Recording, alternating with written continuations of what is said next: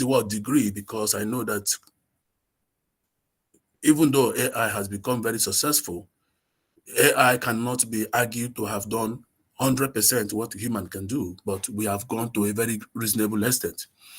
And recently, we can broadly differentiate AI into generative and predictive. So when we say AI is generative, we are talking about three popular categories. We are talking about the GAN, which is generative adversarial networks. In this place, we are talking about a network that have two things, a generator and a discriminator. So in generator is creating the sample, while the discriminator is trying to confirm the authenticity of the sample. So it is usually used in things like image synthesis, video game graphics. The transformer models, which everybody is becoming used to nowadays, it leverage the attention mechanisms, and it's usually popular with chatbots, translation services. When you type in one language and you want to see the translation in another language, and LLP. Then we have the autoencoders. You are going to see an example of encoding in one of the practical research we are going to practical demonstrations we are going to do. But remember that in encoding, you are using something to represent the actual, such that when you move it to the other side, the other side, we also have a method of removing that thing in order to discover the actual. So on this side, when you are putting something to represent something, you are calling it encoding. While the other side, where you are trying to use a secret, an agreed method to remove the veil and see the actual, you are calling that decoding. But most of the examples I'm going to use today are going to be more of predictive AI. And some of the examples of predictive AI is regression analysis, classification, and time series analysis. In the second class of today, when we are going to do root cause or anomaly detection, we are going to see examples of classification types of research, because they are the most popular type of research you want to use when you are trying to do classification. Because what is classification? Classification simply means that you are trying to put every data point to where they belong. So that's why it is popular with spam detection, for example. If you are using in spam detection, for example, you are simply saying, this mail is a spam, this mail is not a spam. So that is classification. In medical diagnosis, for example, you are saying, oh, this person has cancer, this person does not have cancer. That is the kind of thing you are trying to do. But in the regression analysis, you are trying to forecast, you are trying to use the past event to stipulate what can happen in the future event. I also want to tell us that regression is not new. It's just that regression in AI regression has always existed. If you have a lot of guys who are in statistics, humanities, economics, econometrics, they will tell you they can do a lot of regression even without writing any AI code. And when I did my MBA, for example, I did a lot of regression, but I didn't use any AI code to do it, because there are other ways of doing the regression even without using AI. So we have answered the question, what is AI? Then we need to answer the question, what is physics AI? When can we say that an AI is physics? Simply put, when you integrate a physical law or a physical constraint or physical principles into the learning and decision making of an AI, then that AI is now physics AI. Let me break it down in simple English. In a simple English, it simply means that if you are not only relying on data, you are not only relying on the pattern of data. Remember, in this type of AI, in generative, you are trying to use data samples. In transformer model, you are also handling long range of dependencies in data. In variational encoder, you are trying to transform the input data and you are trying to recreate and to another data for representation.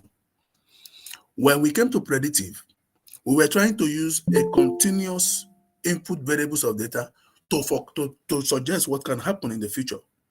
In classification, we are receiving data and we are using that data to say, this is not this. In time series as well, we are looking at data in terms of timestamp, and we are saying, oh, this data, the way it is behaving, it is going to project to be up or going to project to go down. So there's an element of data to watch a pattern and take a decision. But in physics AI, we are departing from learning patterns from the data only. We are now saying, how about the equation? How about the characteristics of that situation being factored into the learning of the machine learning? So instead of saying, I am looking at the money spent for the whole of this year to project what money will be spent next year, I am now saying, is there an equation that can be used to summarize how money can be spent? So that if we have an equation that have all the constraints of how money can be spent, can we use that, embed it in an AI, so that the AI study the equation, generate data based on the equation, and use that data to interpret models, to forecast or to classify or to do whatever. That is what we mean when we say physics AI. And it can come in different ways. It can be a physics-informed neural networks. It can be a reinforcement learning that have a physical laws embedded. It can be an AI-guided scientific discovery. It can be a data plus physics hybrid AI models. At the beginning of this research, the most popular field were on fluid dynamics, climate forecasting, quantum chemistry, autonomous robots. But nowadays, physics AI have now gone to every other field, including smart grids. So today, I am going to be using the PINN in most of my example, just for the purpose of demonstration. And I'm going to also start with the fluid dynamics, then I will move into smart grid examples. So let's go. The first problem statement. Let us solve Navier-Stokes equation, which describe fluid motion without needing massive simulation. By the way, I got this from this website. This is a popular website that has so many examples of physics AI case studies. So the Navier-Stokes equation is used to describe the fluid motion. Now, in the past, people in chemical engineering, they will rely on the fluid motion data set, and then they will put it in the AI as an input, and then they will have the output. But now we can use the equation to work on AI. Let us see how it goes. So we go to the Google Colab. In order to save time, I have screenshot all my Colab into the PowerPoint so that it can be faster, so that I will not be I will not be stopping sharing and returning back. So here, the first thing that was done here is to install the necessary library, which is, in this case, it is DeepXDE. What is DeepXDE? DeepXDE is a library for physics-aware AI, and it is popular for partial differential equation. So this equation here is the Stokes equation. And then with this Stokes equation, we embed the Stokes equation. Then when we embed the Stokes equation, we convert our outcome in a range of -1 to 1. So we define a range that you continue to generate range of data from -1 to 1 using this equation. And then we save it in variable known as data. This become the input of this data set become the input of our AI. So which AI are we using here, for example? In this place, we are using forward neural network. But I will also encourage us to try any other neural network just for the purpose of understanding the class. So this is the forward neural network. I just gave an example of the features of that neural network, the number of layers, and then the activation function is TAN. I also know that you can also try another activation function. You can try sigmoid just for the purpose of learning. For me, what I do always is, since here I am not saying TAN is the best because I've not tested anyone, but I'm saying on your own, if you are going to repeat this on your own after this class, I want to encourage you to just remove this TAN, replace with another one, maybe sigmoid function. Then we have the glorious uniform, which is for initialization. So this gives you initialization. Then to compile the model, to compile the neural network model, we use Adam Optimizer at a learning rate of 0.01. And because I don't know how many times when it will converge, I just put the epoch to be 1000. It can converge before that, it can converge after that. So that is what I've done here.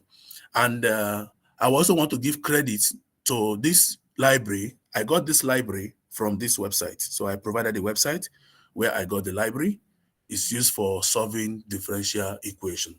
And when this was run, we have this result. So within 1.1 seconds, it was able to solve that equation. Now, this doesn't make too much sense because we're not chemical engineers, right? So let's go to something that is closer to our field.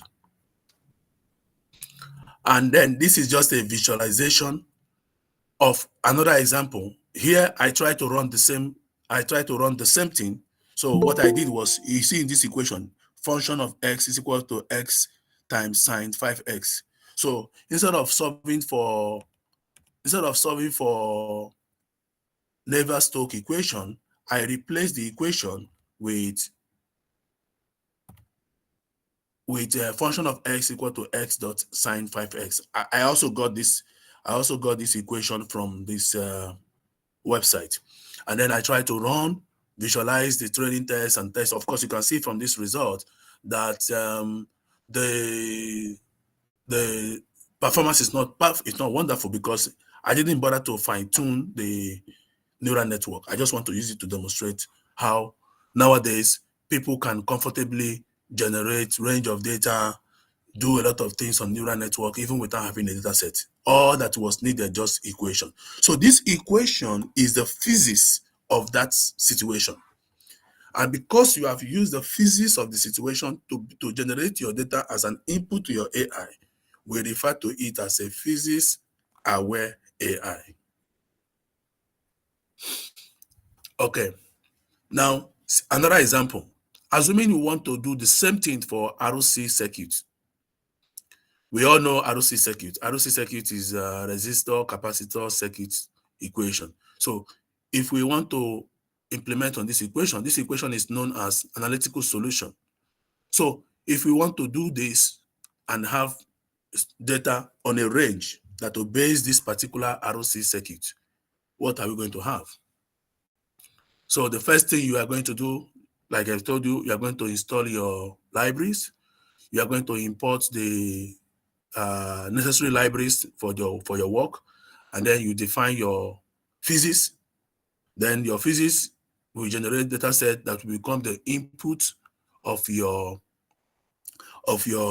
AI, and then the AI will now become the basis for carrying out whatever you are trying to do. So we define the PIN, we define the loss function, we train it, the model, we plot our results. On your own, also, I want to encourage you, since if you can do with RC, can you also try on your own with RLC? You know, L is for inductor, right? So in the equation, in the last slide, some of this came up. The SCIPY, which is a Python library for scientific computing. So in this allow you to do things like optimization, equation, integration, and signal processing. IVP just simply means initial value problem. So initial value problem is IVP. Tensors are simply multi-dimensional arrays, like NumPy arrays. They are used in PyTorch, and TensorFlow to take to change your data type.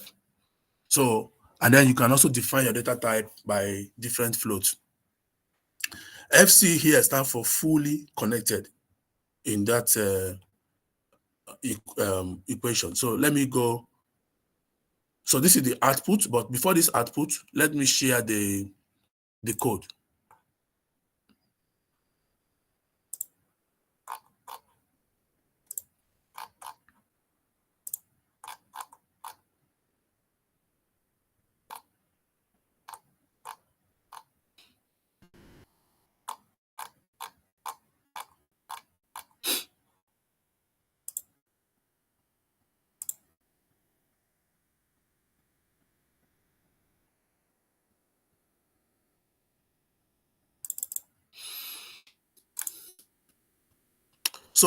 So the first thing we did here was to install the NumPy.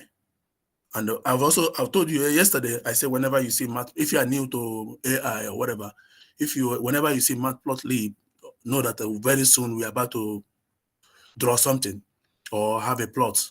So we put the library for solving the equation. Then it's successfully done.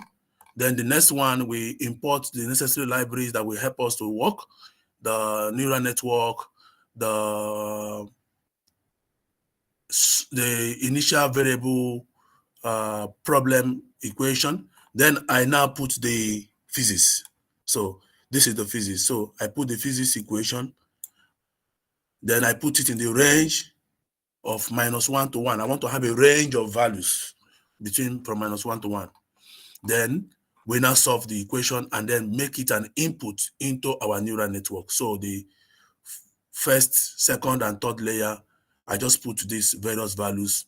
So what happened was that when I was preparing this class, I just tried 16 and then the result was bad. So I changed it to 32 because I'm not trying to promote any particular AI. So I keep on playing around figures. So I also encourage you, how about playing around with these layers and try to see the various outcome. And then maybe we can also bring out some new lessons from whatever you're going to have as your results. So we model it and then we produce the output. And then this is the outcome of the result. But I always like to see my result in a visualized form. It's better appreciated in a visualized form. So to plot that, I use this code to do the plotting.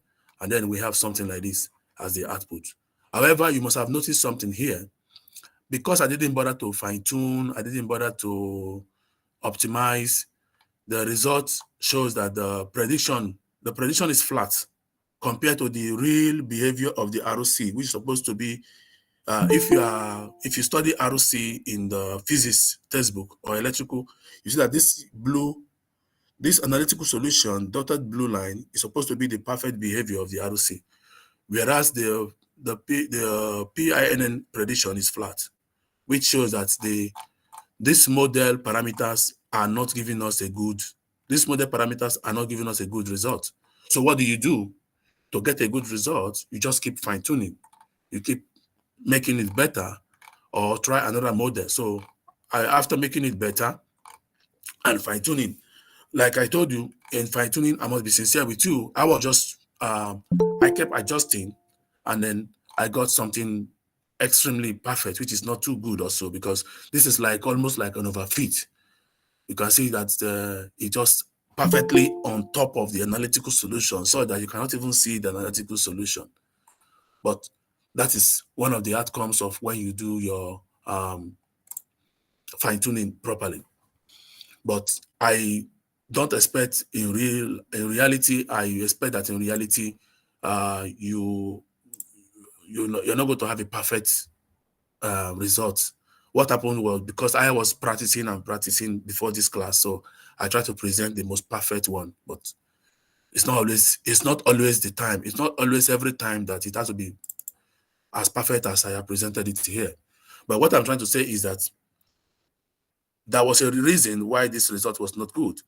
3 reasons. One, weak neural network architecture, poor gradient computation, and insufficient training on learning rates. So I try to work on these 3 categories, changing until then we have something better before and after.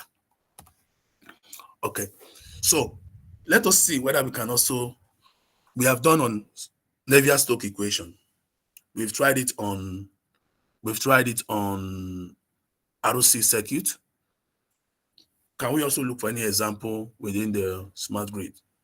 So here we look at smart grid problem from PINN perspective, and then we remember also professor in one of the class, he was explaining about that most modeling of grid is an optimization problem. And if grid is an optimization problem, then it means that we can use a optimization physics equation to become the physics behind the grid. So if we can have the physics behind the grid to be an linear programming problem, then if we can get an equation that is representing the grid, then we can use it as our input to our PINN, and then we can say we have comfortably used a physics-informed AI for grids. So what did I do? The first problem statement, to optimize the power flow in a smart grid. So I now say, okay, we are going to solve the optimal power flow problem using power flow equation, such as the Kirchhoff law and the Ohm's law. To do this, I searched the internet and I was able to get another Python library known as PYOMO. So PYOMO is an optimization library that can help you to solve equation problems in Python. And to do that, the first thing that was done was to install the dependencies, the necessary dependencies. Very, very important. So one thing I want us to understand is, as long as you are not developing your own AI, if you are using, because for me, my research interest is engineering applications of AI. So in my class, I don't teach students how to generate new AI, because I feel that there are so many AI tools that people are not even using. So why is everybody crazy about new AI when we have not even used the ones that are in existence? So my research interest is always about teaching people AI that are already developed. So if you are in my class and you are trying to learn from me how to develop a new AI, I'm sorry, I may not meet your needs. But if you are just interested in using what AI already developed by others, that is my area of specialty. So I always focus my attention on when any AI tool is out, I try to ask myself, oh, this AI is out, can I use it? That is my interest that's my own research interest, because I discovered that the people abandon a lot of things because they are pursuing new one. They want to have new one, new model, new code, new this. But the old ones are useful and they are serving very well. So why do you want to abandon them? So here, I also get this from the internet. I was able to get to install the PMO and then install the linear programming kit, which will help the PMO to work. And when that is done successfully, the next thing is we put the physics of the grid, and then we run the power flow equation code. So because of the case sample I gave, it gave for me the output of bus 1 to be 80, bus 2 to be 50, and bus 3 to be 30.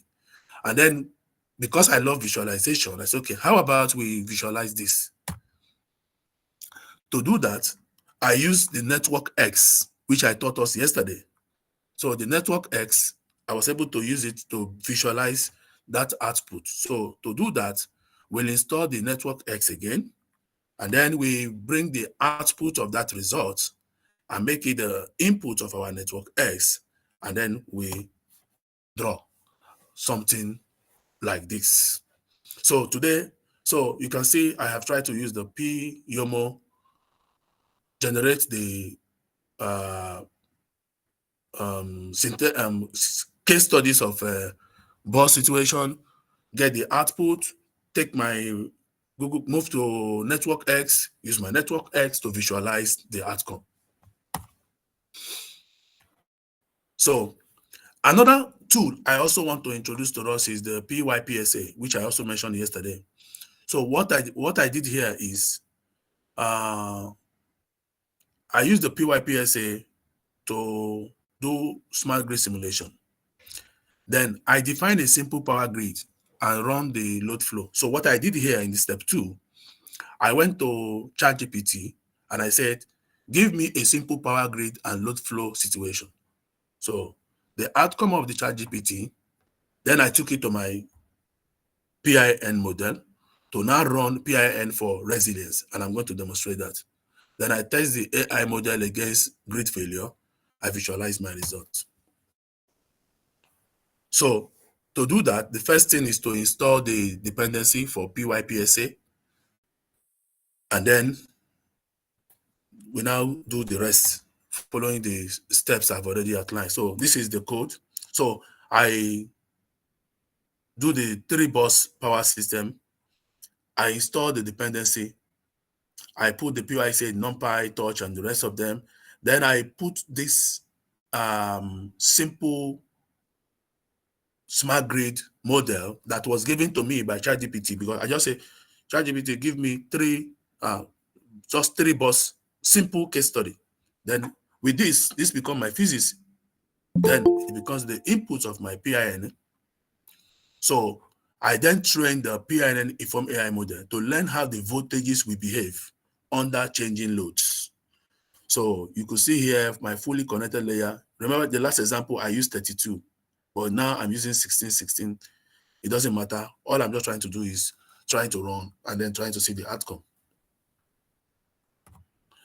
Then this gives me the result. So you can see in this my result, I have the actual voltage power flow, the PYPSA power flow solution, which is 1, 0.9, 0.9. Then the AI predicted voltage. So when it was 1, my prediction was 1, which was okay. For 0.99 for bus 2, my prediction was 1 point something. So when it was 0.99, my prediction was 0.99 as well. So this second answer is the prediction of my AI. The first one is the actual output of the PYPSA. Now, what if I now will now put failure? In failure, I try to visualize what happened. So the dotted line is my prediction, while the blue line is the actual voltage. So you can see that the fully connected layer could not give a perfect prediction of, especially for the third bus, which also indicates the removal of one of the lines.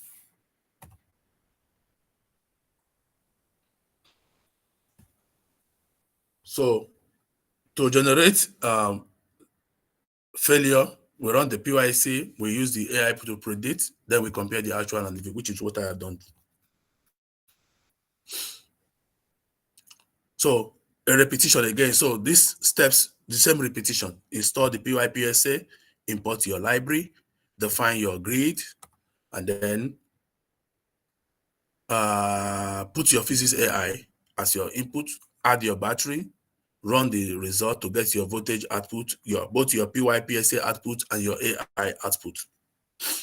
And this gives us something like this after restoration. So before failure, the voltage was 1, 0.99, 0.99 before failure.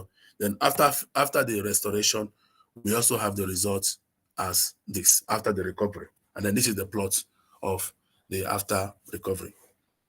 So trying to demonstrate a physics resilience scenario. So let's put my discussion in perspective. I'm saying that physics aware AI simply means you are recognizing the equation or the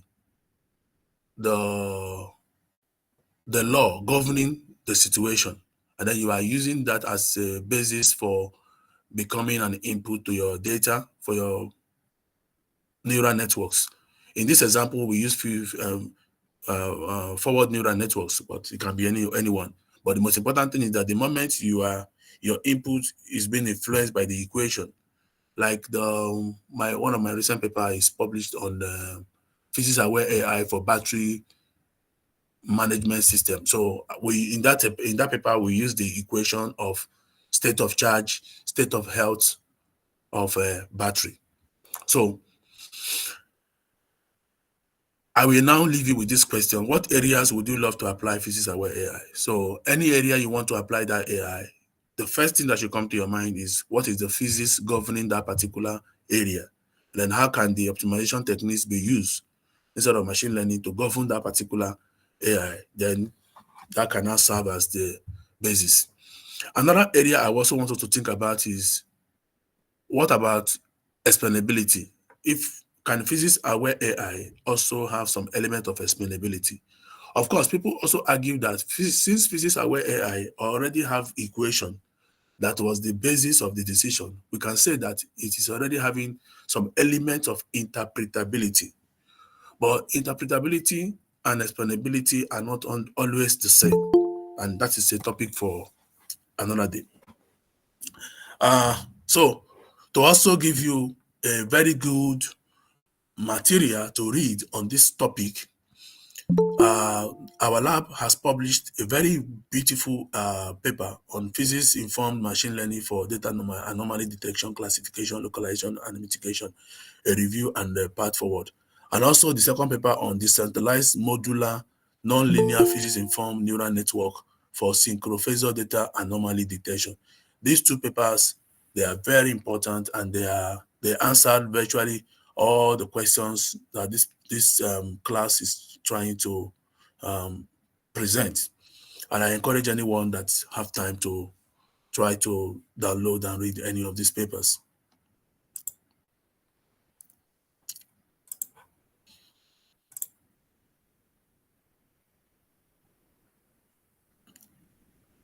So somebody said, I am transcribing this call with,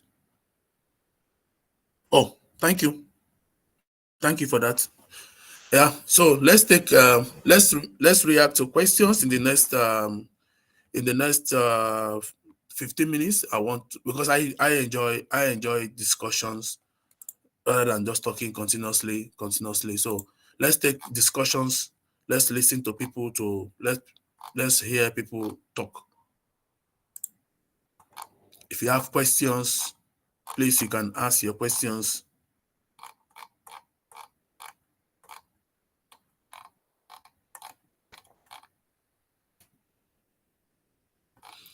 And okay, yeah. So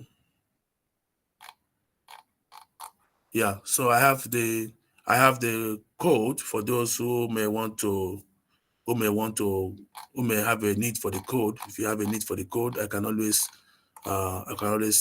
give the code out through the coordinators of this program. Yeah, Dr. Cosmos, maybe The you can codes, put the the codes are not link. mine. I also got them from the internet. I tweak them. I use Right. Gemini to edit them. So if you need the code, I always free to give it out. Okay. I think Dr. Cosmos, you can put the link maybe in the chat maybe if it is possible to put the link in the subsection here. To put the what? The link of your code, Okay, machine learning. okay. So let me share the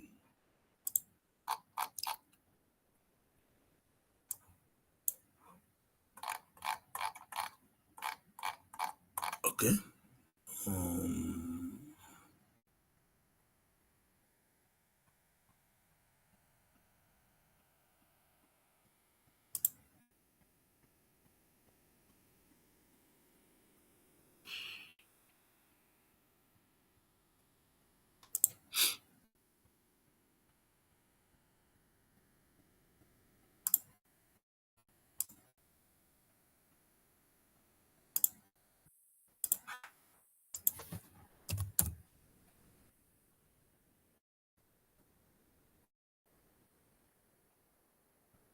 Okay, so somebody's asking if physics aware AI is the same as predictive AI. So now I will answer that question this way. Let us go back to the definition of physics aware AI. In physics aware AI, we said that the AI is receiving an input relying on the laws that govern the performance of that scenario. And then the law cannot be used to generate data, and that data become the input of the AI. Because the law was used to generate the data that was the input of the AI, we call it the physics aware AI. Now, what is predictive AI? Predictive AI is the type of AI that rely on past data to explain the present or the future. What is generative AI? So it means that you cannot say physics aware AI is predictive AI. No. Because there can also be physics aware generative AI. There can be physics aware predictive AI. So beautiful, beautiful. Rahat Nas says it can be very helpful when we don't have enough data to train the model. Beautiful. That is the perfect explanation. So it's not about predictive AI or generative AI. It is about the absence of enough data. In fact, the physics aware AI became popular because people are becoming frustrated having access to genuine data. In our second class of anomaly, you are going to see what I'm going to say in that anomaly detection. Even me, when I was preparing my slide for this class for the anomaly detection, I was frustrated. I was looking for data sets that can be but some labs, some students in some countries, they don't have enough money for research. I don't know about India, but for me in Nigeria, when I'm teaching my students, a lot of times I cannot teach my students. I can't do a lot of simulations because the equipment are very expensive. Sometimes you want to simulate, like yesterday, 2 days ago, professor was talking about if you want to do some digital twin projects, you need millions of dollars. Now, if you are in a country where you are doing a PhD and you want to do a smart grid of India and you don't have equipment to do it, but you have the equation that can be used to simulate the grid and generate as much data as you need. A smart professor, a smart supervisor will tell the students, let's go this way because we don't have the facility to buy this equipment.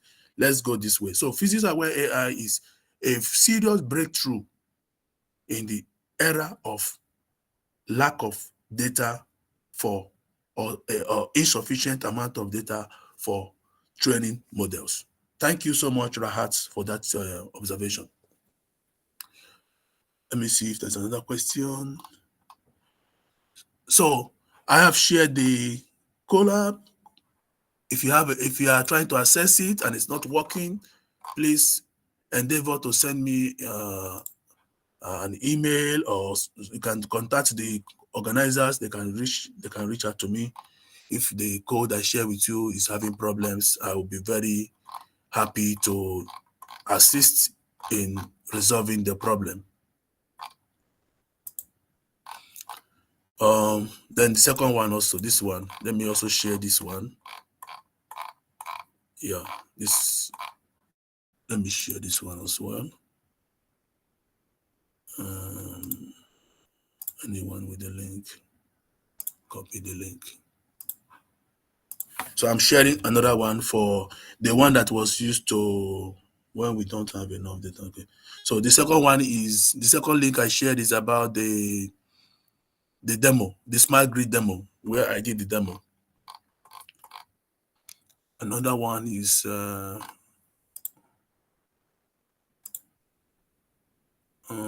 okay. So the third one, I will not share the third one until after my second class. So after second class, I will share the third link.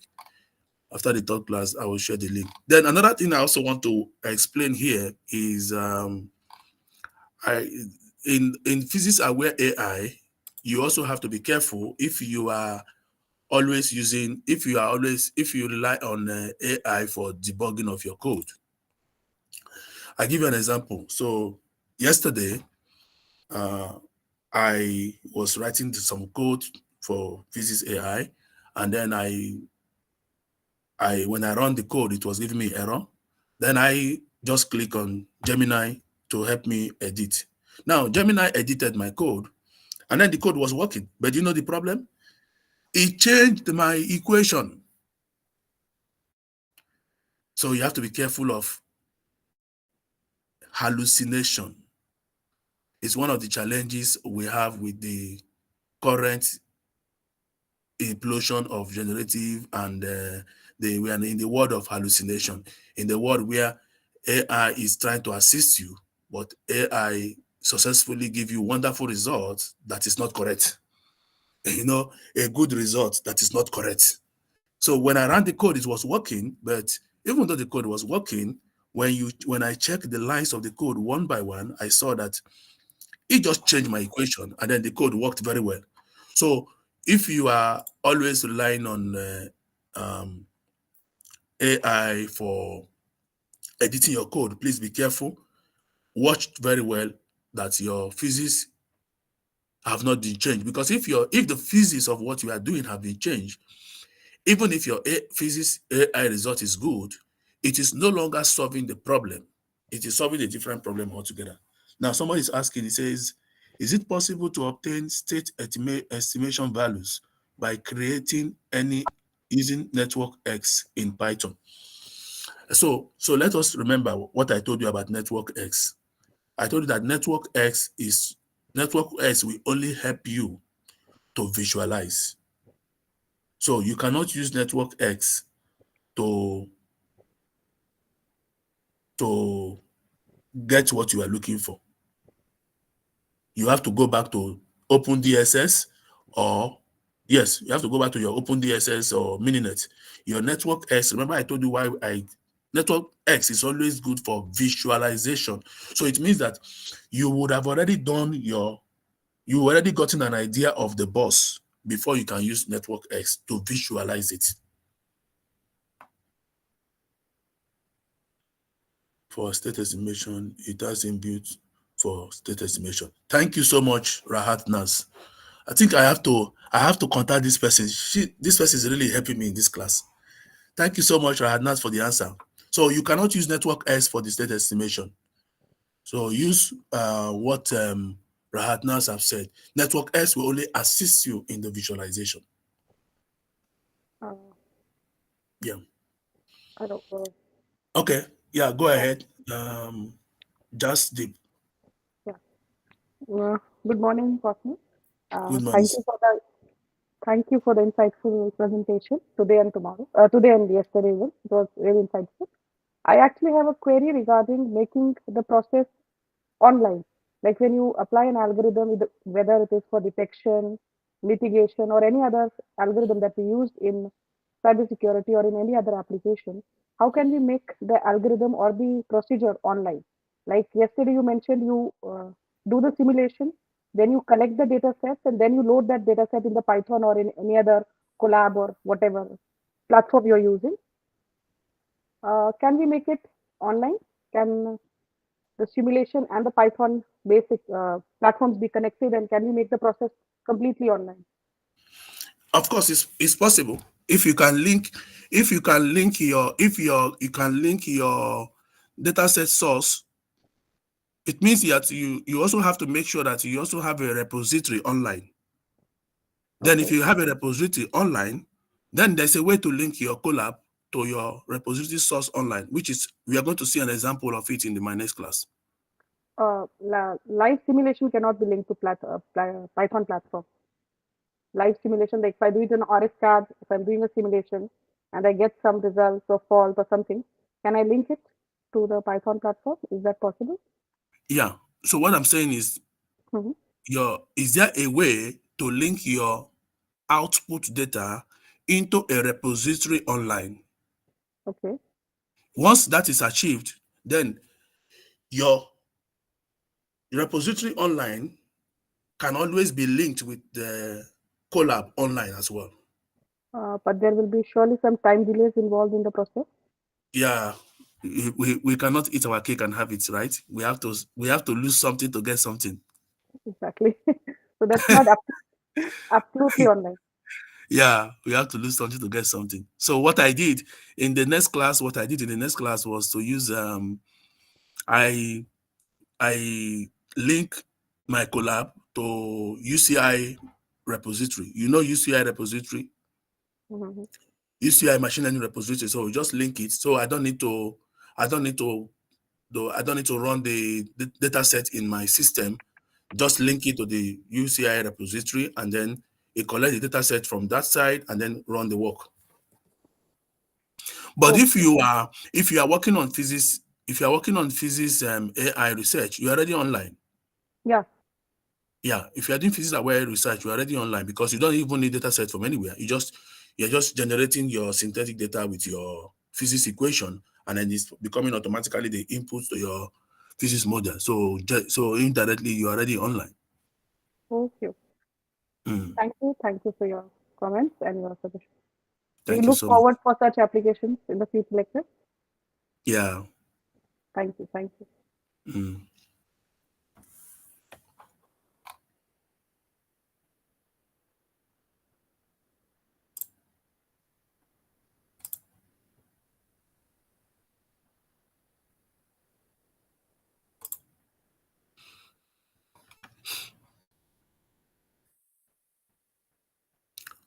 So I will give 5 minutes break, then so that 9:25. I'm not sure there's any other question.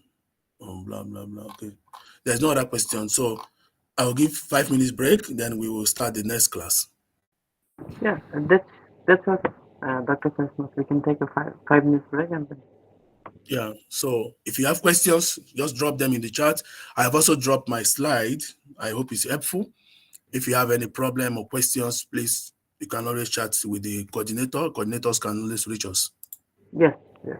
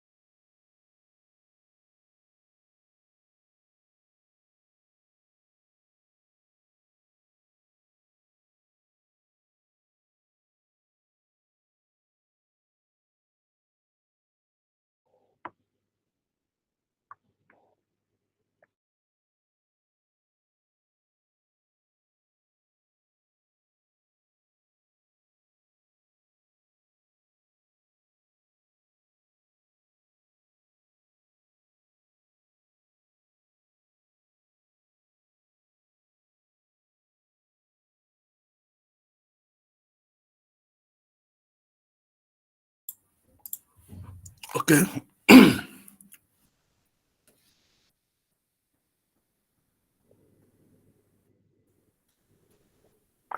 Yeah, I Facilitator, think participants, yeah, are back. Maybe we can start. okay. Thank you very much. Welcome again, everyone. Um, we are going to go slowly and carefully and see that we all understand ourselves. I want to go to the second class, which is the AI-based, um, the AI-based anomaly detection. Whether you talk about security or anomaly detection or root cause, the point you are trying to make here is you are trying to identify that something out of the ordinary is happening. So the throughout this class, throughout this webinar, in the from last week until now, there is one point you would have understood that the grid is now a cyber physical system. So there is no longer a debate over that. And if it is a cyber physical system, then it is also going to be prone to cyber physical attacks. It is going to be prone to anomalous data generation. It's going to be prone to even innocent errors that will lead to wrong data being generated. It's not every anomaly that is about attack. It can also be a honest error. It can be a malfunction of an equipment or an existing facility. But the important thing is that you are going to see that there is something out of the ordinary. Because of that, you could see that even just our own lab alone, in the last couple of years, we've written so many papers in the Smart Grid Lab, SGRA Lab, on different anomaly issues, synchrophasor data problem, threat detection in power grid network, classification of anomaly in power distribution using outlier, weighted least square. So there is no one size fits all. But what these arrays and numerous papers are confirming is that it is an interesting research area that also is attracting attention. But we need to understand some fundamental concepts in order to embrace this class. We need to differentiate certain issues, security. When we talk about security, we're talking about monitoring or preventing or stopping a breach or an attack. When you say resiliency, resiliency is not security. Resiliency is the preparedness to restore or the preparedness to sustain, to continue to exist in the face of disturbances, in the face of attack. Can we exist? Or even if we don't exist, can our critical site exist? Say, for example, if a grid is attacked and the city is thrown into darkness, can the power supply to the hospitals continue to exist? Can the power supply to some critical infrastructures that will lead to more colossal situations, can they continue to exist? If the grid have the ability to do that, then that grid can be described as to be a resilience grid. When we say anomaly, anomaly simply means out of the ordinary, something that is different. So if you have a bucket of white apple, and then you see one green apple in the middle, that green is, in terms of color, is an outlier. It's different from the other white apples. So we can describe the green apple as an anomaly from color perspective. However, if you are just referring to that bag as a bag of apple, it means that both the white apple, the red apple, the green apple is apple. So there is no anomaly because they are all apples, even though the colors are different. So when you say something is anomalous, you must have a basis and a threshold. So before you can say something is out of the ordinary, you must tell us what is your definition of ordinary. So when we have your definition of ordinary, then whatever is above or below what is your definition of ordinary can be referred to as anomalous. Then that brings us to intrusion. Intrusion is in unauthorized entrance. Detection is to spot or to identify. Classification is to put in groups. And the root cause is to investigate the why, what we call explainability in AI, the why. Why did it happen? So in our lab, in the SG Reel, we came up with this some years ago on the detection guidance for cyber resiliency template. We look at if you want to do anomaly in malicious code detection or personal monitoring or network monitoring or impact assessment or data aggregation or event analysis, the things that are defined as ordinary under this perspective and whatever happens out of that definition of ordinary can be treated as an anomalous that have been detected, whether it is in the network or event or aggregation or impact assessment or monitoring or personnel, because personnel can also cause issues. Security for grid is not only cyber. There is also physical security of grid. A typical example,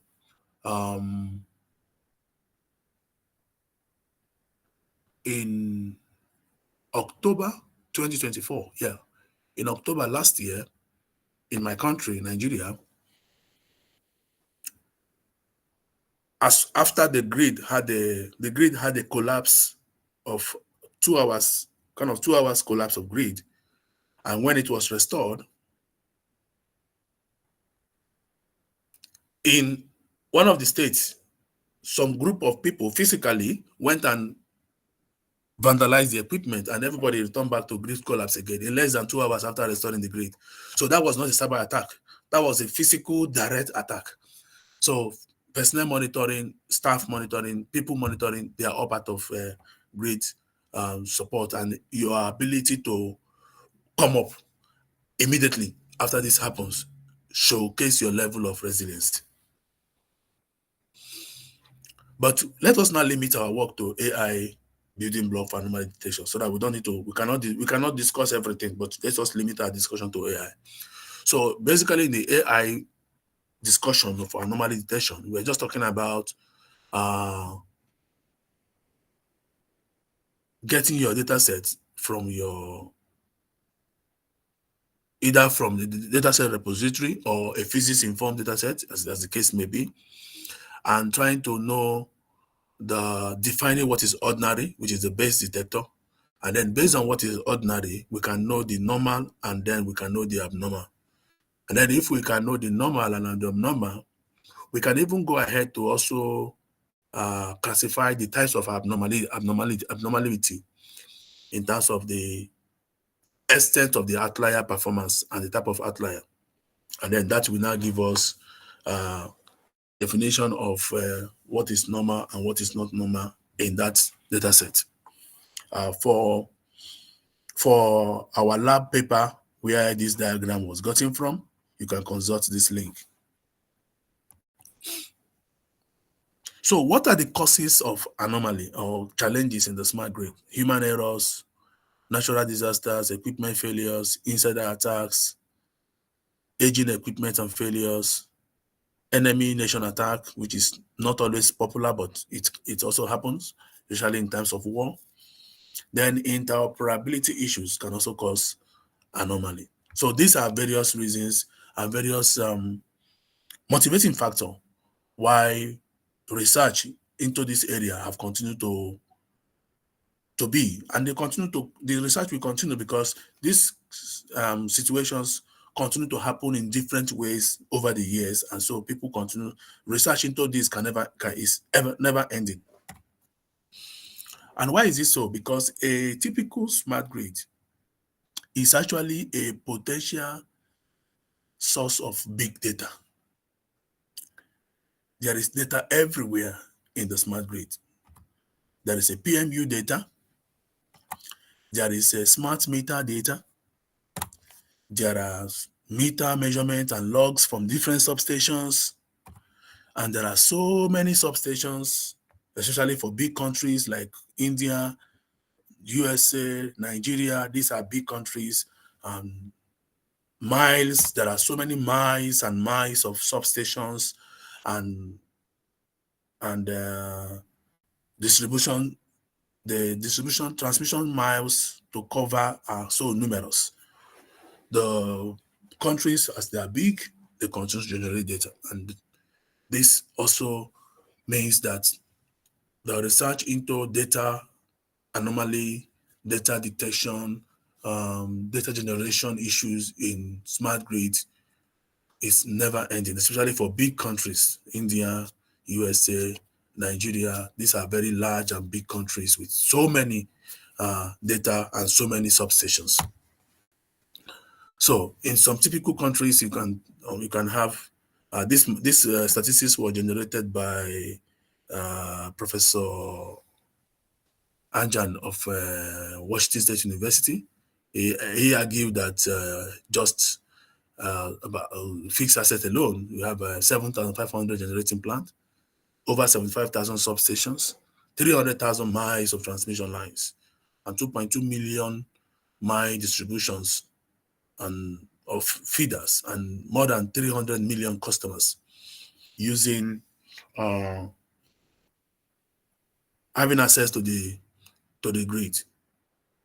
And of course, in some countries we have competing figures like this, especially for large countries. So it means that there are going to be anomaly issues. For example, even in PMU alone, PMU data sets, for example, can be the data quality can be tested by statistical and data mining approach. It can be tested by the physics AI approach, which I've already explained, or conformance testing. But conformance testing requires that you have to do that in the lab, or you have to do that after installation. So, but in this class, we are going to focus on how do we do an aspect, not the entire work. So I am not, let me say something. I am not a smart grid expert. So let me put that in perspective. If you've checked my profile, you will understand what I'm talking about. I'm an electrical engineer, but not a smart grid expert. So most of my jobs, most of my work are AI for SCADA, AI for smart factory, AI for smart home, AI for intelligent vehicles, AI for smart space. So I am not just particular only about smart grid. It's not my research. It's not my expertise. So how can we now detect an anomaly situation in the midst of normal situation? And to do that, we need to ask ourselves, anomaly detection refers to as identifying data points, data patterns, data observations that significantly deviate from the expected behavior within a data set. So something you can say a rare event or a system failure or an error or an intrusion or an outlier. I prefer to use the word outlier. And there are various methods of doing this. The DB-scan, the Chebyshev method, the maximum likelihood estimation method, the KNN, because in all these methods, we are trying to establish the closeness of something to something, and then you are not saying whoever is not close to this is an outlier. However, like I am always saying, I am a user of technology, so I try not to say this technology is better than the other technology. I promote usage, and that is my research area. My research area is usage. Just use. The reason for developing things are to use. So let's use. But if your research area is to promote one over the other, it's okay. But my research area is to keep using. Just use. No matter how old the technology is, If there is a new way to use an old technology, I want to use it. So for me, there is no single winner. However, the anomaly can also happen when we have lack of training data. And then sometimes and most times, not sometimes, most times we need to continue to improve our tuning efforts of the AI in order to continue to have a better performance and results. In most of the time also, when we try to measure the performance of our AI, we use popular metrics like precision, recall, and false positives, which example in one of the publications from our lab, we try to compare linear regression, DB-scan, and the Jebis method and the maximum likelihood estimation ensemble, and then you have this final kind of result. You notice that here the ensemble have a better result. It's expected, and that is why I'm always careful not to say this is better than this. If it's an ensemble, the result is supposed to be better, because ensemble is like you want to fight a battle, and you said one person should carry a 50 kg load. In ensemble, you are saying 2, 3, 4, 5 people, let's come together and carry the same load. Of course, you expect that when more than one person come together to do something, they are likely to do it better than one individual doing it. And that is why this result is not surprising, that an ensemble method is performing better than the standalone method. And this is also a graphical demonstration of when something is an outlier, but this is not the focus. Let's go to the focus. First thing is, there are different ways if you are a student, because I can see in the comment in the group, I can see that some of you are PhD students, MSc students. So in my discussion, I'm always remembering that I'm also talking to students. And if you are challenged like myself, I used to be very challenged of not having access to equipment, the IEEE data port can also be your source of data set for some of the anomalous situations. Our lab also have some data set also published, which you can also use if you have problem of having your own data set. And so today I am going to rely on synthetic data set, and also I'm going to rely on UCI data set to demonstrate my work. And if you are using data set, there's one mistake. Yesterday, I rejected one paper in engineering applications of AI. And what was one of the reasons for that is that some authors, they just mention the data set they use for their research, but they do not show their knowledge of that data set. Now, if you are making use of a data set, even that you are not the one that generated it, you have to show that you understood that data set. And one of the ways to do that is make sure you read and understand the data set description and instruction. It is wrong to think that because you are doing AI, once you feed data sets, and then the result will be very accurate. It's not true. You must understand what you are feeding into your AI before you can understand if you are even doing the right thing or not. So in this, it's very important to do that. And then we move straight to practical session. So for our hands-on demo, which we are going to do, the first thing I did here was to load a synthetic data set using the random seed Python code to generate samples of data. Then I created a data frame as a CSV. Then we mount the CSV, knowing the pathway. Then we use a selection forest to check for anomaly. Of course, in my synthetic, I also intentionally generated anomaly. So I wanted my isolation forest to be able to dictate if it can differentiate the normal one from the anomalous data, and then visualize my result. So let's go straight to the Google Colab.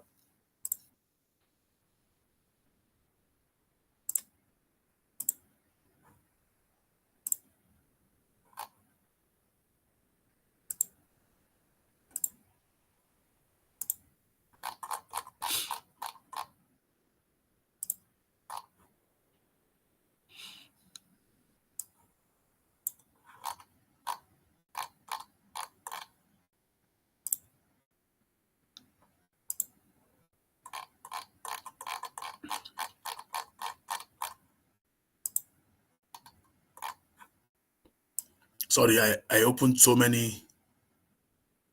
I opened so many of my collab, so I need to close.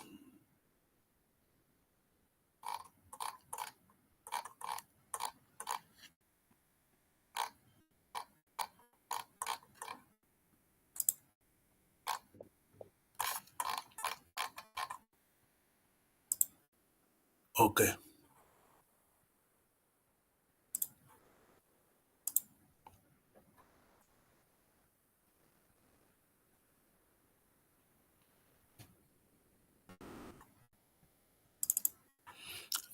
Let me explain this part. Then the next collab, I will show the next collab. So in this case, what we did was, if you have been following my class, you will be used to the beginning of this. Always bring your dependencies and your necessary tools you need. So in this case, because we are going to work with data, I bring my pandas and my numpy, and then I generated a random number of numbers using the random.seed. Then I gave myself 1,000 samples, and the 1,000 samples I try to generate anomaly sample by making sure that the probability of the anomaly is 0.95. Then we arrange the anomaly to be in, we arrange the normal and the anomaly to be in the same data location. And for it to be in the same data location, we gave it the data frame, we gave the data frame title, which is the timestamp, power consumptions, normal and anomaly. And then we save it as a CSV file, giving it a name as a CSV file.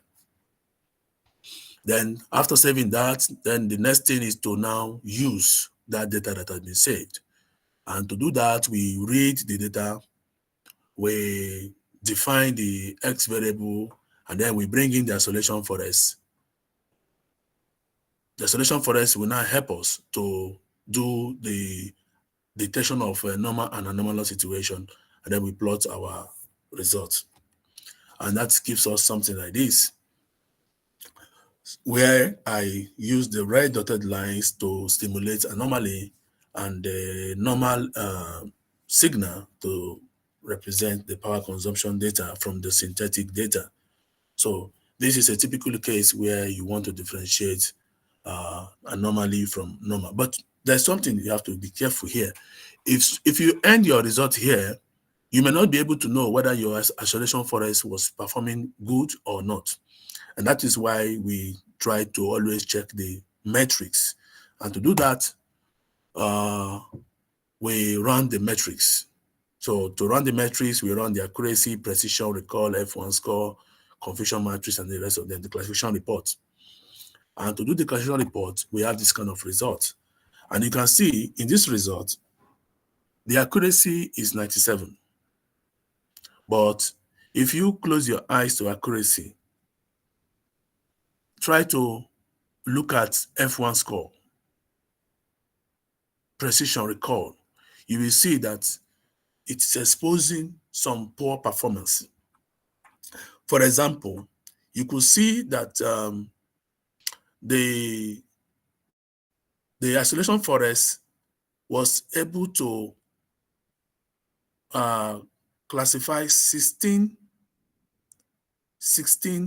normal data as still being classified as anomalous data. So because of this, I tried another model apart from isolation forest. Before that, I just tried to play around with explainability, which is sharp. So to play around with explainability, install my sharp, import my sharp, and use my sharp to unravel the basis of the isolation forest results. This is just not part of the discussion. I just brought it. I wanted to investigate the feature values that was used by the isolation forest. That was why I did sharp explainability. Then we tried one class SVM. In one class SVM, I screenshot it here. Thank God I've screenshot most of these things. Otherwise, I didn't see how my collab just disappeared, and I don't want to waste my time. So we bring in the one class SVM, we run it again, and in this case, you could see that the result was even poor. Result was even poorer when compared to isolation forest. And these are the results. So you could see that the one class SVM had 303 normal data being classified as anomalous, which is terrible. I went again to try yet another one. And in this case, I tried random forest. Random forest gave a more better result. For example, you could see that while we were battling with 16 and 303 wrong classification for normal versus anomalous, here we had just one. And we even reduced this side from 25 and 12, we reduced it to 4. Why this was increased from 21 and 34 to 42. So in this situation, if we had to put the three results side by side, we could say that random forest performed better than the both one class SVM and one class SVM and isolation forest, as the case may be.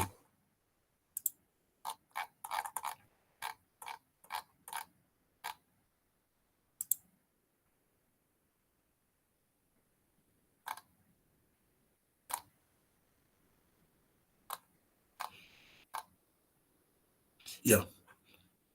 So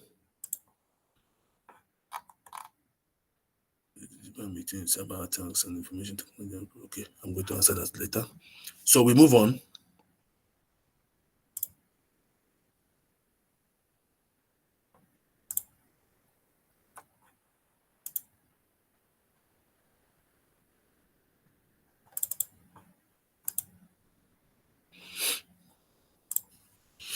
Now, in the first class of today, somebody asked a question that can we work online? So I want to use the second example as a case study.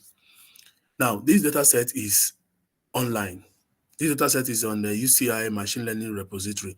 If you are students and you're working on AI and machine learning research, please, this is a repository that will be very helpful to you. It has so many data sets. And then the good thing about it is that some of the data sets also have a lot of communities. What I mean by community is that when you pick a data set, you could see that a lot of PhD students, a lot of researchers all over the world, they've been trying to do a lot of things with that data set. So sometimes the community can help you to navigate your way if you are using a popular data set. So today, I want to use this data set known as RTIOT 2022 dataset. It was uploaded in 2024, 1st of April, January 4th. And this is the link to the dataset. When we have such a thing, what do we do? The first thing you do, when you click on, if you upload this link, this is what you will see. You will see UCI machine learning repository. Then you could see here, it says download dataset. Now, for some of us, now I don't have a problem because when I was in South Korea, I had a lot of resources for research. When I came to the US, the same thing. But when I was in Nigeria, I didn't have the resources. So we have to learn the hard way. Now, if you download this into your computer, it's okay. But for me, why do you want to download it? When you can go to the next one. The next one says import in Python. So when you click on import in Python, then you save yourself the stress of putting the data set in your computer if you don't need it. So when you do that, you just install the UCI repo package in your Google Colab. Then you now, once this is fully installed, then you can link yourself, your Google Colab to the dataset online without downloading your dataset. Then we can proceed with the research work. Let me see if I can share my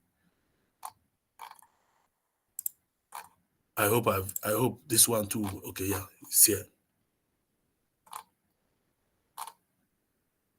Yep.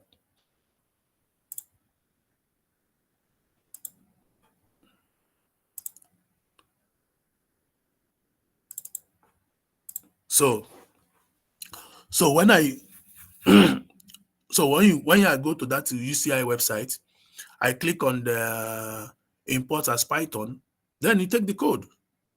You take the code, which is a pipe install repo. Then the next code is the one that will help you to link to the dataset, which is this one.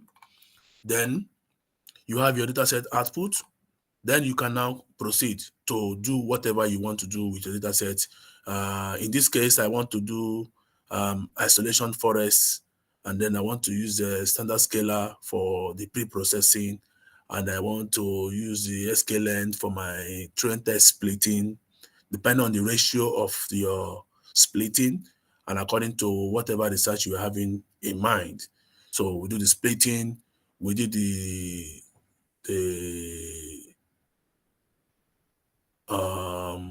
because of the categorical data that if you do the DH head, if you do data head, you see that there's some categorical data. So because of that, that was what led to the issue of one hot encoding and all that. And then we encode the features and then put our data frame, drop any categorical column that we feel will not be useful to what we are trying to do, then do the splitting of the data, and then we go ahead to implement the isolation forest and plot the outcome. So this is the outcome of the output of the work. And this is my confusion matrix. And then this is my distribution of anomaly score. In this case, you could see that it is skewed. It is skewed in one side, which is also a cause for concern. If you are good in statistics, it's a cause for concern. And you could see in this side where I try to use Gemini to create some hypotheses and try to understand some hypotheses. That's what I was trying to explain to you. So you use Gemini to create hypotheses and understand the hypothesis, and sometimes Gemini will give you suggested changes. So I always caution, please, even Gemini also tell you can see here, see what he wrote here. Gemini also caution you. He say, use code with caution. Now I'll explain to you why this is important. This is very, very important because the fact that you are using Gemini to assist in yourself does not mean you lose track of your research. So it means that even when there are suggested changes, you also have to confirm if that is what you want to do. Otherwise, you ignore or you prompt again for a better suggested changes. And then, so we try the isolation forest. Then I also tried the random forest classifier, and that gave a better result, a better outcome that is not so skewed compared to the other one.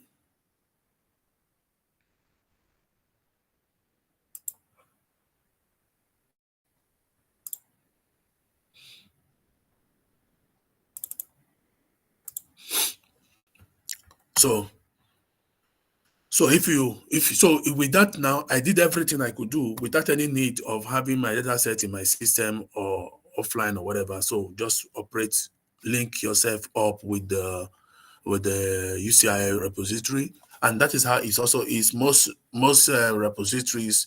You can also always have a way to link yourself with some of the repositories, and then in that case, you may not necessarily need to bother yourself about having your work in your system and all that.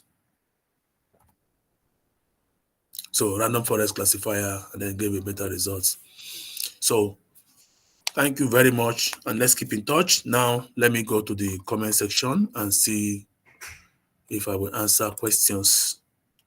The first person says, what is the difference between cyber attacks in IT and OT? Okay, good.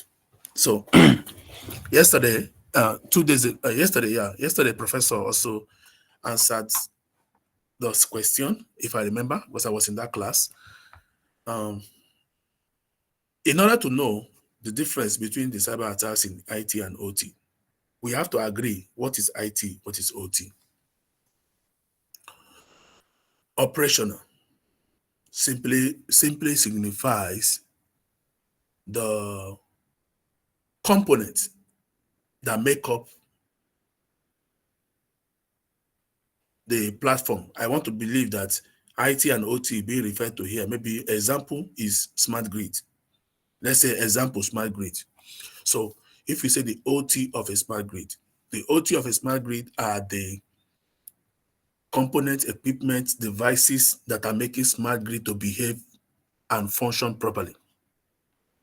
So your smart meter, your AMI, your advanced meter instrument, your PMU devices. These are your OT. But when we say IT, information technology, we are referring to the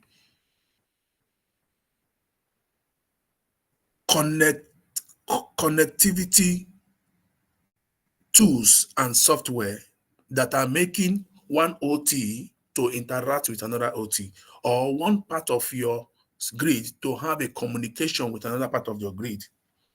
Therefore, what is the difference? What is the difference between cyber attack of OT and IT? Now, if you attack this device I'm holding in my hand directly, maybe you attack it by making it to stop functioning. Say you made it to be that I ended up downloading a virus into this my laptop, and this my laptop is part of my grid. Now you have attacked this advanced meter instrument, so it's a cyber attack on the OT. However, if what you attacked was the advanced meter instrument is supposed to send a meter report from my consumer building to the utility office, and then you made it impossible for my device to send a instrument from, it's still working. The meter is working in my house, it's taking measurement, but there is no means of communicating again. You have attacked the communication link.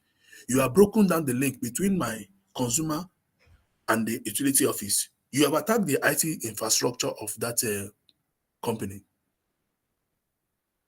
So there's always a very a blur line between a perfect distinction between cyber attack in IT and cyber attack in OT, because one can lead to the other. I give you an example. If I develop a network, a computer network, and physically somebody went and burn a server, physically, you burn a server physically, that is an attack on OT, but it may not be a cyber attack, it's a physical attack. But it has also led to a breakdown of IT infrastructure. So cyber attack to IT refers to as cyber attacks to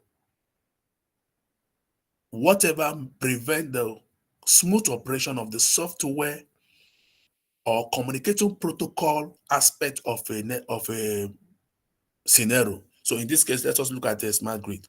So if you are attacking my communication protocols, if you are attacking my IT infrastructures, devices that are enabling communication from one point to the other, you are doing a cyber attack on my IT. If you are causing a denial of service to my network or to my web application, you are preventing the operational dashboard of the utility company from seeing the actual result, or you are corrupting even the results. Say, for example, there is a breakdown of grid, but you are able to deceive the operational office to be seeing that the grid is working fine, even though the grid has stopped working, but the result that is showing in the dashboard is showing that it is still working. So you have used some virus or ransom devices to hijack the system and make me to think things are working when things are no longer working. So in that case, you are attacking the IT. So to summarize my distinction, cyber attack on OT simply imply an attack on the devices that make up the grid. So any form of way you are able to pull down the AMI from working, any way you are able to prevent the generators from working, any attempt, anything you are able to do to prevent the things that make up the grid from working, then we can say you are attacking the OT. But anything you are able to do to prevent the devices from communicating, from interacting, from sharing appropriate data with one another, then you are attacking the IT. I don't know if I satisfy you in my explanation. I try my little best. Do we have more questions? Yeah, Dr. Cosmos, I have a question here. Uh, you please say here anomaly detections via machine learning or any kind of physics error algorithm. Are all these anomaly detections kind of real time or any? Okay, so the real-timeness or otherwise of whatever we are trying to discuss. You see, I want us to understand. Luckily for me, the last lab I work in South Korea is real-time lab. The name of the lab is real-time system lab, and a lot of people have tried to misunderstand when we say real-time. Real-time simply means that you are discovering on the go. So if you are talking about real-time, then why are you talking about dataset preprocessing? Why are you talking about dataset normalization? Why are you talking about going to download dataset from IEEE data ports? It's no longer real time. If it's going to be real time, it means your devices will be working and they will be generating data, and you will be receiving that data as input into your machine learning. And then you run whatever you are running on the spot. That is what is real time. Take, for example, when you go to ChatGPT and you prompt ChatGPT, you get your response, right? Immediately. Yes. You don't drop your point in ChatGPT and then you say, okay, ChatGPT say, okay, come tomorrow and get the results. No. You get the results maybe 5 seconds later, or maybe 10 seconds later, or 15 seconds later. That is near real time. That is real time. Okay. So if you are interested in a real time machine learning or real time classification, it's doable, but it means you have to set up your test bed. You have to set up your test bed. Then your test bed must be set up in a way that will guarantee the output of your data becoming the input of your machine learning, which we cannot do in this class. Okay, it's a so well explanation because I Yeah. had a doubt, so you have cleared it very well. Thank you. Somebody said the provided Google slide is asking for access request. Oh, sorry. Let me see what I will do.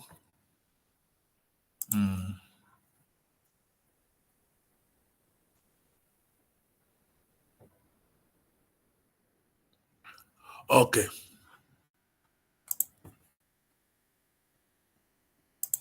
Okay. So for the access request, I think you should just discuss with the organizers. I I don't have the right to remove the. I don't have the right to give access for now.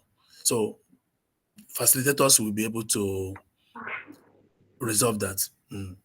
Yeah, maybe we can contact with you and later and give Yeah, access to the yeah. participants. Okay. Then this person says, which cyber attacks are most dangerous in smart grid and microgrid, and which new attacks should be addressed? So, um, to answer this question, the the cyber attacks that are considered more dangerous differ from country to country, and I will tell you why. Um, as a matter of fact, cyber attackers don't attack if they don't have anything, if there is no motive and there is no, if there is no motive and there is nothing to gain. So in some countries, they don't even battle about cyber attacks; they are battling about physical attacks. But let us look at some power nations like the United States, for example, some power nations where they have to be conscious, continuously conscious because of the position they occupy in the world. The cyber attacks that can be considered problematic, which has been attracting research attention, is false data injection, for example.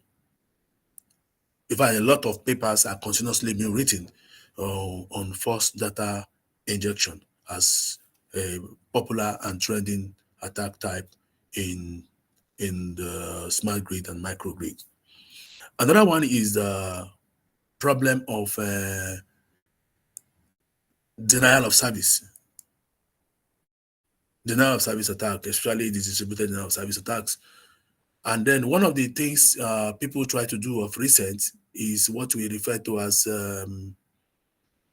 hijacking of the AMI, the advanced metering instrument. One of the ways some attackers try to do what is called a ransomware attack of the AMI and then cause a lot of financial problem to the utility companies, because if you cannot estimate what your consumers are consuming, you cannot bill them. And if you cannot bill them, you lose a lot of money. So if you can do a ransom hijacking of utility companies and the ability to bill their customers, then you now tell them a stipulated amount of money they are going to pay before they can be allowed to resume business. So the companies look at the billions of dollars they are going to lose, so they negotiate the ransom and then they are freed. So is it more dangerous? I don't know. But I know that it can only be most dangerous if it can lead to most loss of lives, or if it can lead to most loss of hours of power provision. So what is most dangerous may differ. And then which new attack should be addressed? Which new attack should be addressed? I may not have a very sincere, I may not have a very good answer for you in that regard, because these guys are not sleeping. So we have to just rely on McKinsey reports. We have to rely on trends and keep reacting and keep coming up with solutions as attacks continue to happen. I cannot say this is the new trend because we don't even know what they are planning right now.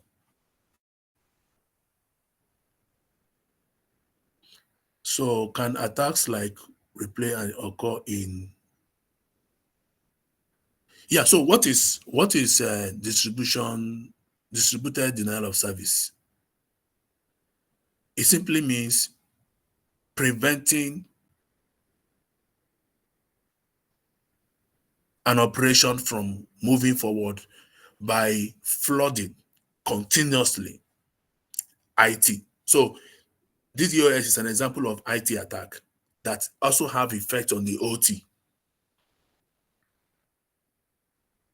So it can occur because you have to understand when we say grid, remember, we are not referring to the traditional grid. I think I have to make that very clear because for example, if I'm explaining if I'm explaining smart grid to electrical engineering student in remote part of Nigeria, he will not understand what I'm saying because there is no smart grid. Most of the grids in Nigeria are traditional grid. So if you are telling him about DDoS attack, it doesn't make sense to him. Because how can you cannot do a cyber attack on something that is not having a cyber event, right? So to answer your question, can the attacks like replay and DDoS occur in grids? The answer is yes, if the grid is a smart grid. But if the grid is not a smart grid, then the answer is no. Because you cannot have a cyber attack for a non-cyber event. If your grid is traditional, non-smart, purely analog, nobody is going to, no virus is coming. If you don't have a computer in your house, why are you afraid of virus? If you don't have internet in your house, you cannot be afraid of anybody attacking you, right? Because if you're not connected to the internet, you're not connected to anywhere, you are not connected to anywhere, so nobody can attack you. That is why people say the best way to prevent cyber attack is to be disconnected. That is just on the joking side. Is the best way to prevent cyber attack is to disconnect yourself from the world. But how can you disconnect yourself from the world? This modern era, we can't do that. Yeah, so I enjoy answering questions, so that's why I try to make sure I have a lot of time. We still have more time, so let's have more questions if there are questions. Good evening, sir. My name is Akash, and I have a couple of questions. And Yes, sir. before that, I would like to it was a really lovely presentation and very insightful. So my first question is like if we talk about the distribution side, and if we go to the end side, if we talk about the smart meters. So nowadays, smart meter is having a lot of technologies. So if we want to model those meters in the distribution domain and we want to apply some kind of cyber attack in that, so is this a like we can change or manipulate the values of power consumption, and can we consider it as a cyber attack? Okay. So now you can only consider it as a cyber attack if you have a good problem formulation. And if you do a problem formulation whereby you are trying to explain the intention of the attacker. So if the attacker's intention is to manipulate the meter reading in order to deny the utility company from getting their money. Okay, let me give an example. If you want to say that when there is no attack, the meter reading is $2. But with attack, the meter reading is now $5 or it is $20, making the consumer to pay more money than they're supposed to pay. In that case, you are trying to use the meter reading as the evidence of attack. Mm-hmm. That is okay if you are if you are trying to explain that the motive of attack is to manipulate the reading of the meter. That means you are not modeling the attack, you are only modeling the outcome of the attack. Mm-hmm. It's not And the can attack. we do You are can only can we modeling do the outcome of the attack. So in that case, you are going to have a data set of the meter reading that is correct and the meter reading that is incorrect. Then you now do anomalous attack. But if you look at it critically, sincerely, you cannot say that was actually a modeling of cyber attack. In fact, one of the papers I reviewed 7 months ago, last year, July, the author, he did this, he did exactly what you have said. And personally, I recommended the paper to be rejected because my argument was that changing the amount of the data or meter reading does not mean an attack, because a meter reading can also change because the meter is not functioning properly. Even though there's no attack, a meter can be malfunctioning, and then because it is malfunctioning, it's having a wrong data, but it was not because of any cyber attack. Hmm. So if you say, oh, whenever the meter reading is wrong, then the cyber attack, it's not very correct. But like I said, in research, if you put assumptions, if you say in this research, we assume an attack based on the following situation. One, we assume that the meter is working fine. We assume that the connectivity between the company and this is so. When you put those assumptions, then you establish the attack according to your assumption. Then I can agree with you based on your assumption, but not on based on general assumption. No. Okay. Thank you for this. Similarly, if we go a bit of, if we go ahead, then this is a fundamental rule that whenever we are increasing or decreasing the load, the voltage is being varied of the each and every node. So, for example, if attacker has uh, reduced 50 percentage of load, or attacker has give some kind of man in the middle attack or some kind of attack, or maybe it is for false data injection attack. So overall idea is just to reduce the 50% of load. So once the load is being decreased, automatically the voltage variation is going to very high. So will it be considered it is a cyber attack, or then my question is, how do we differ from the physical system? Because there might be a possible that one line is out of out of service. So in that scenario, the same outcome we will be getting. That is what I'm trying to explain now. Cyber attacks is more of IT protocol scanning, but what you are explaining is more of OT.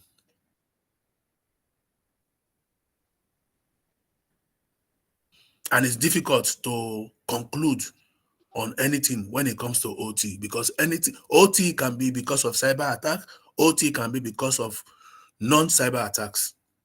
Malfunctioning of OT can be because of both non and cyber attack issues. So it's difficult. It's a complex situation to say this is the major assumption. That is why some research in grid are not properly done just by assumptions and simulations. Some research in grid are best done when you collaborate with utility companies. That's like in SG Real, in our lab here in the US, most of our research work, we collaborate with the utility companies, because when you collaborate with utility companies, then it reduces your too many assumptions, because you are working with the real situation, the real life situation with the companies, and then you can give you a better quality of research output. But if it is just classroom work, then any assumption that is agreed by everybody is okay for purpose of classroom, but in real life, it may not work. So one another challenge which we are having from starting onwards, that bad data. So we have a techniques to detect bad data, and we have been using what it is called WLS state estimation, or maybe Kalman filter, and many more. So my question is, if we are able to detect bad data which is present in the system, the data which we are getting from the SCADA system, or maybe smart meters. So my point is, if we go ahead and if we put one stage, one for the better data, or we can say one stage for the WLS estimation, and then after if we use the neural network, then after we can use the power of artificial intelligence. So will it be helpful for us? Yes, perfect. That would be very helpful, because now you can now associate the bad data as anomalous situation, and then the good data as a normal situation, which is beautiful. If you check this paper, Denoising and detection of bad data in distribution phase of measurement using filtering, clustering, and Cookman mode analysis. You will appreciate what I'm trying to say. This paper is also from our lab. Yeah. Yeah, sure, sir. Definitely we'll go through with this. All right. Then one another question is, for example, we have a IEEE 14 bus test system. Okay, let's say we have a IEEE 33 bus test system with a distribution system. So we have a 33 nodes. Simultaneously, we have a 3 or 4 parameters for each and every node, like voltages, angles, power injected, active power injected, and the reactive power injected. So each and every node is having 4 component, 4 parameters, and the line which is connected, these two nodes are connected with line. These lines are also having similar kind of parameters: P flow, power flowing, active power flow, and the reactive power flow. So according to this, we have around 4 to 6 parameters. So how can we give this data set to the neural network? This is the big problem, a big challenge for us. Yeah. So 2 things you have to have in mind. Do you want to do physics informed AI? If you want to do physics informed AI, the first thing you have to do is the parameters is there equation that connect them together, that make them to have interaction. If there are equations that make those parameters to have an interaction, then you are on the journey to physics AI. And that will solve your problem of connecting data for a complex situation, because that's the purpose of physics informed AI. That's the purpose of physics informed AI. But the major problem is, first of all, is it possible to change the scenario into mathematical equation relationship that can become the basis for your physics, the physics law and constraint? Then that physics law and constraint become the tool that will be used to generate your synthetic data that become the input of your physics informed AI. So the problem of physics informed AI is that most successful physics informed AI research, you have to collaborate with mathematicians, or if you are good on your own, that's wonderful. Otherwise, you have to collaborate with mathematicians to come up with the physics of the relationship before you can proceed to the next level of physics informed AI.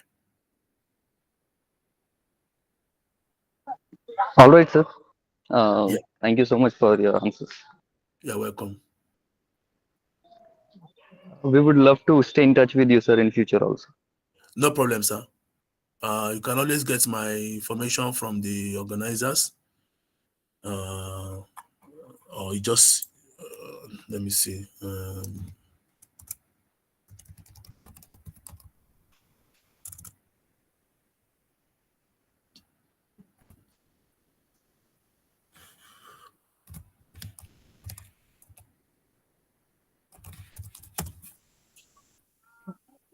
Yeah. So I dropped my email, but if you have to have anything, you can always interact with the organizers, or you just once you send any message to my professor will always contact me. Yeah, yeah, sure, sir. Mm. Okay.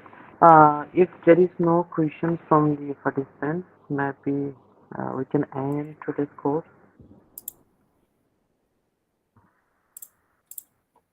Okay. Thank you, Dr. Cosmos, for your insightful course on the yeah this physics over artificial intelligence algorithms uses in the power systems, and letting us know the ongoing trends in the machine learning.